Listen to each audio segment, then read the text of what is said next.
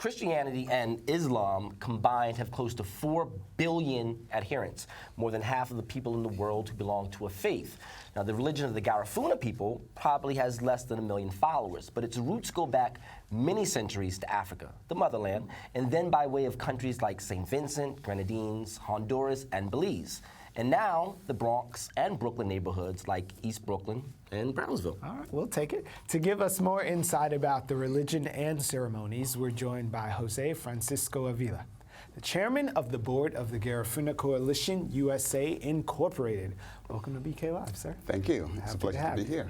And we're also happy to have a performer who was just given a Lifetime Achievement Award by the Garifuna Music Awards, Wanny Alvarez Angerer. Born in Honduras, but now living in Kenya. You'll have to get into that story a little bit later, but we're happy it's brought you to our table. Thank you for having us here. Absolutely. Okay, so let's start the conversation off. Many people know about the Garifuna people, primarily coming from the Caribbean, but can you just give us a brief history of sort of how they got there? Absolutely. Garifuna is a fusion of Africans with Carib and Arawak Indians, and that fusion happened in St. Vincent and the Grenadines.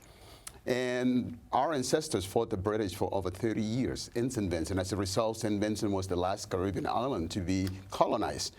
It wasn't colonized until we lost the battle, and our ancestors were loaded into 11 ships on March 11, 1797, sent to sea, not knowing where they were going, and landed in what is now known as Honduras. That's how we ended up in Central America. That was on April 12th. April 12, 1797. Exactly. Done your research. Yes. Very good. Almost 220 years to the day. So it's been 220 years. Absolutely. So today, the Garifuna population is located in Belize, Guatemala, Honduras, Nicaragua, and the United States, specifically between here in New York, which is the home to the largest Garifuna community outside of Central America. There's over 220 of us, 220,000 of us. Half of that is in the Bronx, and the other half is divided between Manhattan and Brooklyn, where we are right now. All right. Well, we're happy to have our Brooklyn contingent here. We'll accept that proudly. But we know from the African-American experience how important faith is in maintaining and keeping that bloodline and the connection going to home. So looking at the religion of the Garifuna people, tell us about that faith and how it's morphed and sustained from Africa through all of the diaspora now. It's a good point, because when we're talking about Garifuna spirituality, it's something slightly different than Garifuna religion.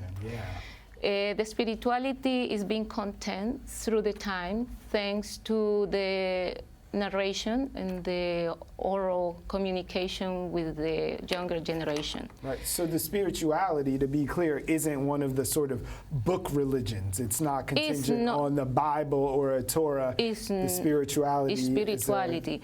An oral tradition as well. But when it's a combination, Gotcha. Because as we are a fusion of 3 different traditions, starting from the African tradition, and then moving into the Indian American tribes, and then to the European context. Yeah? So it's very clear, and it's no confusion about it, because at the moment we talk about Garifuna spirituality, we start with praying and being connected to the ancestors. So that's the root. You know, this is when you get the authorization to exercise certain rituals, you know, and to connect the community into a certain context with the roots and the greater energy. Then we have the second level, that is the Indian Caribbean traditions, you know, and that's completely different than the African ones. Okay, so from Africa, you move to the islands. You move to the islands, exactly. So at the moment you come with all this information of the ancestors, and then you move to the Caribbean. You know, usually men used to travel long distances and to other islands to provide to the community and the island. So the major force in the Garifuna life is the women. So it's a matrilineal community. Okay. We could use more of those. Yeah. Get this world together. What is the name of the spiritual advisor or sort of religious authorities? Leader. Yeah. But before I go to that one, I need to go to you To the third step. to the third step, that is the Catholic or evangelical or any dogmatic religion. Right.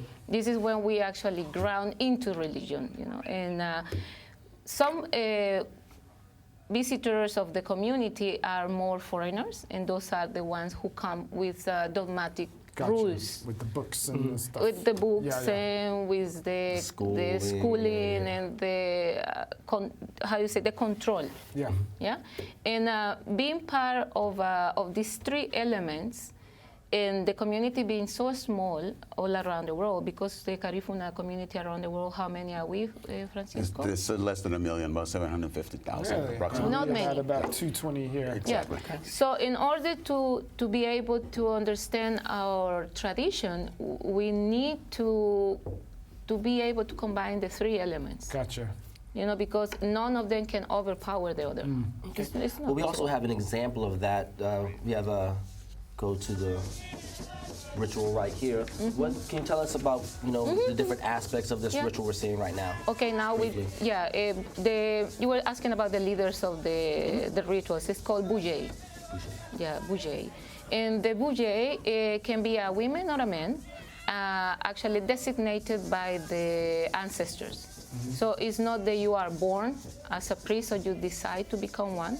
You are assigned. Gotcha. Yeah. Now, there's drumming, there's dancing. Yeah, the maracas is actually used to take away any bad energy that is in your life or in your space. And as any other tribal religion, you see it in the American Indian also. They use the rattles to Same. just to Cleanse. to clean or actually it's about chasing away. Yeah. Gotcha. The drumming is used in order to get the connection, you know, with other spaces.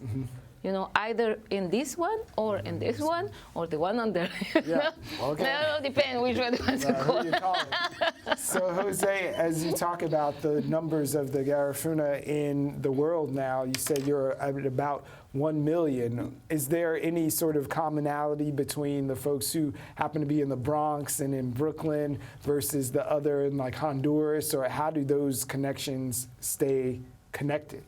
Actually, what amazes sociologists, anthropologists, and everyone interested with humanity is the fact that even though we ended up in different lands, we are one people. And the common thread is the language. The Garifuna language has survived over 220 years in this world where so many languages have become extinct. Yeah. And it has survived to the point that in 2001, UNESCO proclaimed the Garifuna language, music, and dance as masterpieces of the oral and intangible heritage of humanity, meaning that it's worth saving. And today it has to do with the fact that we have a younger generation, of course, who have detached themselves from the language. But it doesn't matter where we are, the Garifuna language has survived, including right here in the great melting pot in the city with over 100 languages, and the Garifuna language is one of them.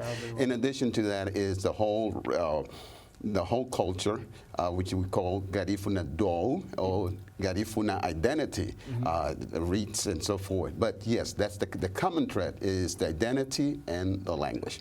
Identity and the language. I And the absolutely love spirituality. it. And the traditions, Exactly. yeah. Yes. Thank you so much. We are out of time, Pleasure. but Yeah. I want to just encourage everybody to take part of the Garifuna Coalition Yeah, USA absolutely. Yeah. Yes, sir. and keep the tradition alive. Thanks. Keep it alive. Appreciate Thank you coming you. and sharing. Thank you.